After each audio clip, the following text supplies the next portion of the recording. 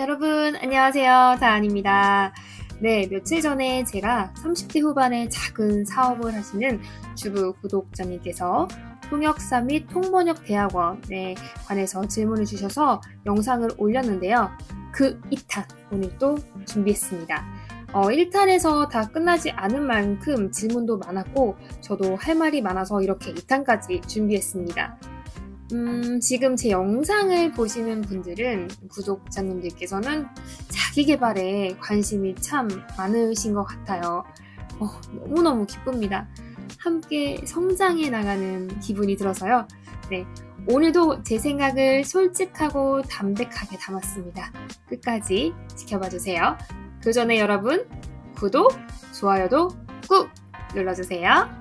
네, 우선 첫 번째, 통번역대학원의 일상에 대해서 질문을 주셨습니다.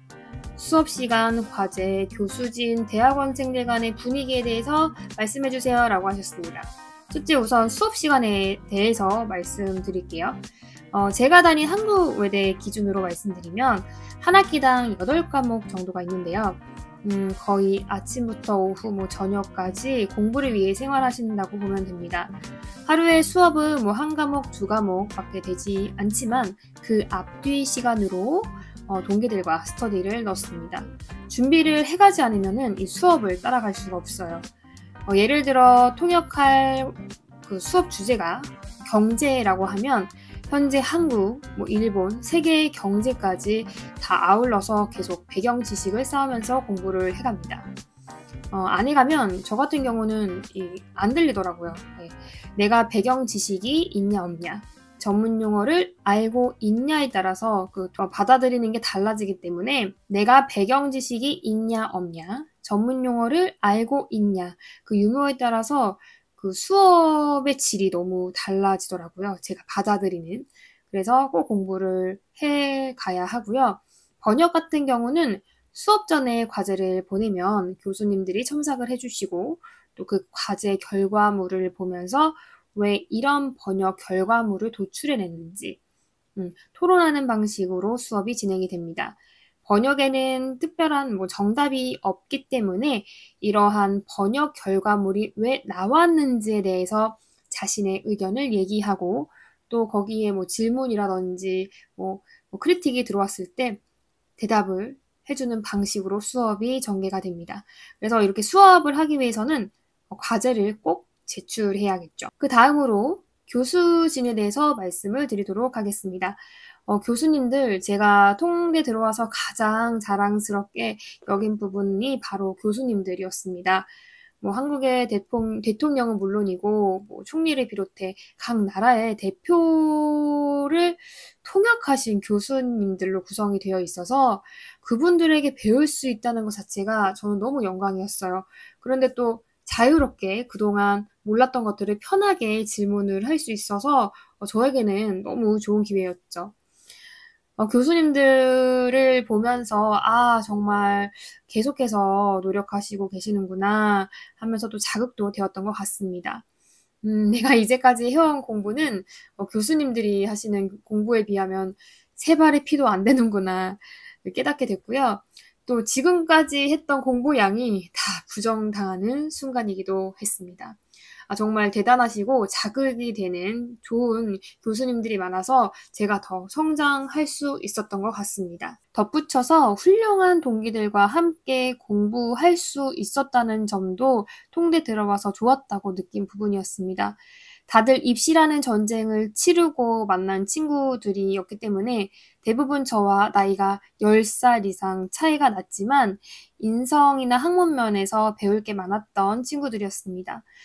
저는 애를 키우면서 공부를 하니까 너무 힘들고 피곤해서 오늘은 카페 가서 수다도 떨고 싶고 야, 언니가 쏠 테니까 치맥 한잔 하러 가자.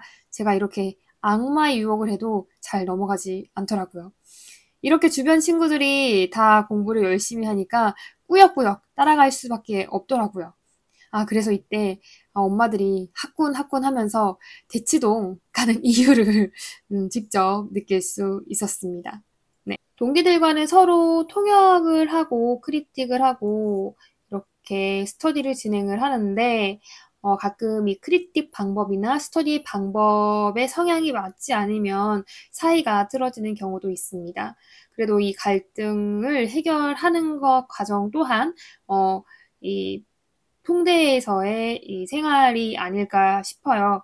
그리고 또 동기들이 있으면 일도 소개를 해주고 또 통번역 업무에서 몰랐던 점들을 서로 질문하면서 알아갈 수 있으니까 업무 면에서 든든한 동반자가 생겼다고 할 수 있을 것 같아요. 참고로 제가 다닐 때 연령대는 20대 중후반이 가장 많았고 30대 초, 40대 초까지 있었습니다. 네, 두 번째 질문, 일본어 통번역사로 활동하는 것의 장단점에 대해서 말씀해 주세요. 라고 하셨습니다. 이게 참 애매한데, 누구한테는 이 장점이 단점이 될 수도 있고, 단점이 장점이 될 수도 있어서 말하기가 애매해요. 저도 아직은 현재까지는 병아리 통역사라서 베테랑 통역사는 아니라서 좀 말씀드리기가 좀 그렇지만, 지금까지 제가 느끼고 또 주변에서 말씀해 주신 내용을 바탕으로 이 직업의 장단점이 아니라 특징? 특성에 대해서 말씀드리는 게 더 맞을 것 같아요. 네. 첫 번째, 우선 가성비가 좋은 직업은 아니다. 이거는 제가 확실하게 말씀드릴 수 있을 것 같습니다. 베테랑 이제 선생님들, 교수님들 중에서는요, 하루에 막 100만 원 넘게 받으시면서 통역하시는 분들이 계십니다. 그런데요, 이게 비싼 게 아니에요. 그 통역을 위해서 몇 달 전부터 계속 공부를 하시고, 준비하시고, 투자하십니다. 그냥 몸만 가서 딱 그 통역을 하고 돈을 받으시는 게 절대 아니에요. 엄청나게 공부를 하십니다. 아마 전문가보다 더 전문가 수준으로 공부를 하고 그걸 또 양쪽의 언어로 커버하실 만큼 공부를 하십니다. 정말 시간과 노력을 투자하시는 거죠. 저도 그래서 이 업계분들을 만나고 직접 대화를 하면서 느낀 게 와, 나는 이 공부를 얼마나 더 해야 하는 건가라는 그 막막함이 들더라고요. 또 이 통역 자리에서 어떤 질문이 나올지 모르니까 항상 긴장을 하고 있어야 되는 것도 있습니다. 아무튼 이 가성비 있게 돈을 많이 벌고 싶다 하시는 분들에게는 추천하지 않습니다. 두 번째, 다양한 사람들을 만날 수 있다는 게 바로 이 장점이 아닐까 싶네요. 원래 저는 호기심이 많고 다양한 경험을 하는 걸 좋아하다 보니까 이게 저한테는 좀 맞는 것 같아요. 다양한 분야를 접하면서 또 공부하고 신문이나 잡지를 계속 읽다 보니까 제가 정말 정보와 지식이 많아졌습니다. 양국에 특히 나이가 저보다 많으신 분들이랑 이렇게 대화를 해도 제가 다 커버가 되더라고요. 어느 정도 지식이, 정보가 다 있으니까요. 네. 아이폰이 새벽에 이렇게 업그레이드가 되듯이 자기 개발이 자동적으로 되는 느낌을 받을 수 있습니다. 바로 이 직업의 특징이라고 할 수 있습니다. 세 번째, 프리랜서로 일을 할 수 있다입니다. 저도 대기업도 경험을 해보고 외국계 회사 생활을 해봤는데 결국에는 다 조직이기 때문에 조금 답답하다라는 생각이 들었어요. 그런데 통역이나 번역은 프리랜서로 일을 하게 되면 시간을 좀 조절을 할 수 있고 또 번역 같은 경우는 장소에 구애받지 않고 할 수 있다는 점이 좋지 않나 싶어요. 물론 이게 반대로 단점으로는 일이 없거나 또 그 전날 뭐 캔슬이 되면 뭐 수입이 0이 되거나 수입이 완전 줄어든다는 그런 불안감은 있겠죠. 네 번째, 이게 참 단점이자 장점인데 평생 공부를 해야 한다는 점입니다. 며칠 전에 저에게 과외를 요청하신 분이 계세요. 일본에서 유학하고 귀국하신 지 일주일밖에 안 되신 분인데 그새 일주일 동안 일본어를 안 쓰셔서 불안하시다고 하시더라고요. 네, 계속 공부해야 할 것 같다고 하시면서 저에게 SOS를 치셨습니다. 그 기분 너무 잘 알겠더라고요. 저도 하루라도 뭐 공부를 안 하고 일본어를 안 쓰면 너무너무 불안해요. 왠지 지금 당장 일본어를 잊어버릴 것 같고. 그래서 어떻게든 뭐 팟캐스트를 틀어놓거나 유튜브를 보면서 듣던지 뭐 말을 하던지 따라 하던지 하고 정말 회화가 너무 하고 싶다 하는 경우는 일본 친구에게 뜬금없이 라인으로 전화를 해서 뭐 잘 지내, 오겐키 이러면서 네, 전화를 걸기도 합니다. 네, 그렇게 해서 계속 입을 풀어줘야 하는 것 같습니다. 다섯 번째, 이거는 좀 단점이라고도 할 수 있는데요. 일본어 같은 경우는 잘하는 분들이 너무 많으세요. 그래서 그 단계 이상으로 뛰어나게 잘하지 않으면 안 된다는 그런 게 있습니다. 저도 이제 가끔 회사 같은 데 통역으로 가면요. 그 업계에 일본과 오랫동안 교류하면서 몇십 년 넘게 일하신 한국 분들이 정말 많으세요. 저보다 그 분야에서만큼은 일본어도 그 업계 용어도 전문가시겠죠. 그럴 경우에 그런 분들이 계시면 네, 주눅 들고 뭐 그렇지만 어쩌겠습니까? 그런 상황일 때는 제가 받아들이고 모르는 거는 그때그때 질문을 하면서 열심히 통역을 하려고 하고 있습니다. 세 번째 질문입니다. 이러한 성격의 사람에게는 잘 맞는다. 혹은 이러한 성격의 사람에게는 비추천이다. 있을까요? 라고 질문을 해주셨는데요. 제가 생각할 때 성격이 자책하는 성격이면 버티기 힘들 것 같아요. 통역이라는 거는 특히 완벽할 수가 없고 또 그 상황의 변수에 따라서 예를 들어서 뭐 화자의 목소리가 안 들리다든지 너무 빠른다든지 발음이 이상하다든지 특히 일본인이 영어를 섞어서 쓰면은 와 진짜 이거는 무슨 말인지 못 알아듣겠더라고요. 이건 모국어여도 안 들릴 확률이 크잖아요. 그런데 이 통역 후에 계속 내가 못했다는 것을 곱씹고 자책하면 저는 신경쇠약으로 아마 너무 고통스럽지 않을까 싶습니다. 그래서 제가 생각할 때 약간은 둔하신 분들, 둔하지만 또 겸허히 내가 못했던 것은 받아들이면서 이 못했던 거를 발판으로 계속 성장해 나가겠다 하는 생각으로 두려움 없이 도전하는 사람이 이 직업에 맞는 것 같습니다.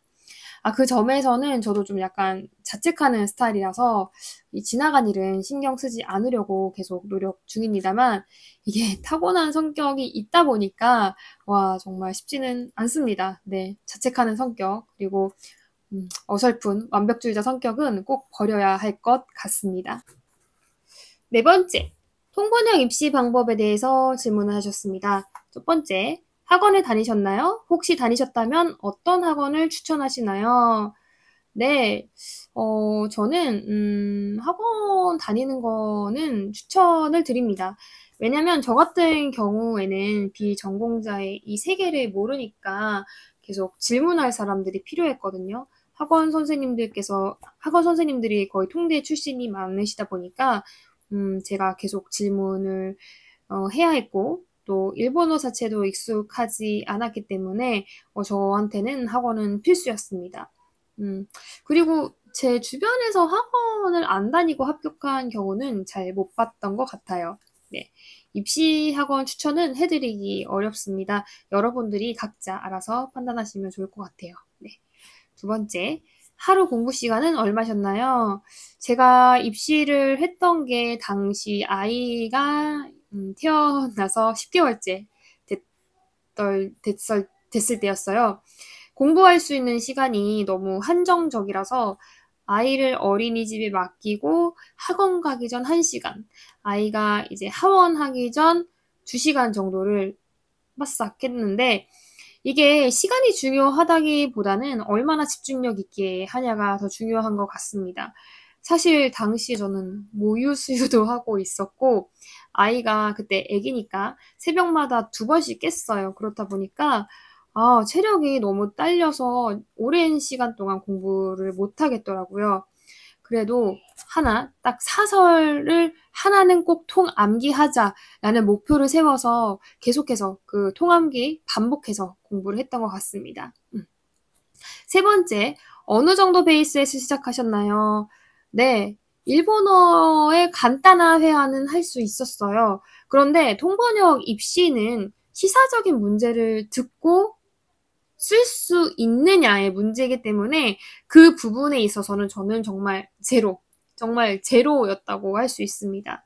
본인이 통번역 입시 시험을 볼 준비가 되었냐 스스로 테스트하고 싶으시면 일본 그 신문 사설을 내가 귀로 듣고 한국어로 요약을 할 수 있냐 정도가 기준이 된다고 생각합니다. 여기서 잠깐 팁을 말씀드린다면 저 같은 경우는 반복해서 사설 10개를 묶음으로 갖고 다니면서 달달 외웠습니다. 통암기가요. 정말 도움이 됩니다. 그 통암기라는 것은 그 입으로도 외울 수 있고 한자로 쭉 다 쓸 수 있을 정도의 통암기를 말하는 건데요. 여러분도 뭐 10개가 힘들다면 당장 오늘 1개라도 한번 해보시길 추천해드립니다. 네. 네, 마지막으로 이거는 질문은 아니었지만 그분께 제가 해드린 말씀이 있어요. 그냥 마무리 차원에서 말씀을 드린 건데, 제가 일본어를 계속 공부를 하면서 제가 조금 아쉽고 좀 항상 부족했다고 느꼈던 점이 그 일본 사회에 들어가지 못했던 점이었습니다. 제가 일본 회사를 다닌 것도 아니고 일본에서 대학교나 대학원을 다닌 것도 아니었기 때문에 그 진짜 일본 사회를 잘 모른 채 이 일본어 통역일을 하는 게 조금 언제나 아쉬웠거든요. 그런데 이제 공부를 하면서 이 일을 하면서 일본 분들이랑 소통하기 시작하니까 이제 일본이라는 나라가 다시 보이기 시작했고 또 일본 분들도 어느 순간 저를 일본어를 잘하는 외국인이 아니라 그냥 동등한 일본 사람처럼 봐주시고 하시니까 와 정말 내가 소통을 하고 있구나라는 느낌이 들었습니다. 그리고 내가 많이 성장했구나 라는 생각도 들었습니다. 그래서 저에게 질문하신 30대 여성분께도 말씀드렸는데 이 외국어를 하나 파서 공부를 하다 보면 딱 통역일이 아니더라도 본인의 사업 분야를 확장할 때도 언젠가 도움이 되지 않을까라고 제가 얘기를 해드렸어요. 일본에서 정보를 얻을 수도 있고 또 사업체를 일본 쪽으로 확장해 나갈 수도 있잖아요. 또 그렇게 시야가 넓어지다 보면은 또 아이디어가 계속 떠오르게 되고요. 네, 그래서 저는 꼭 통번역 대학원이 목표가 아니더라도 이왕 일본어를 시작한 거 한번 꾸준하게 끝까지 해보라고 말씀드렸습니다. 네, 여러분. 지금까지 제가 저번에 이어서 통번역사 및 통번역 대학원에 관해서 제가 느낀 점을 한번 말씀드렸어요. 어떠셨나요? 좀 도움이 되셨나요? 네, 저도 아직 배우고 성장하는 단계라서 이게 정답이다 라고 말씀은 못 드립니다. 그래서 제가 기회가 될 때마다 경험하고 느낀 점을 여러분께 꼭 공유해 보도록 할게요. 그때는 또 제가 생각이 바뀌어 있을 수도 있겠죠. 네. 오늘도 영상 봐주셔서 너무 감사하고요. 또 여러분들에게 도움이 될 만한 내용으로 다음 시간에 찾아오도록 하겠습니다. 시청해주셔서 감사합니다.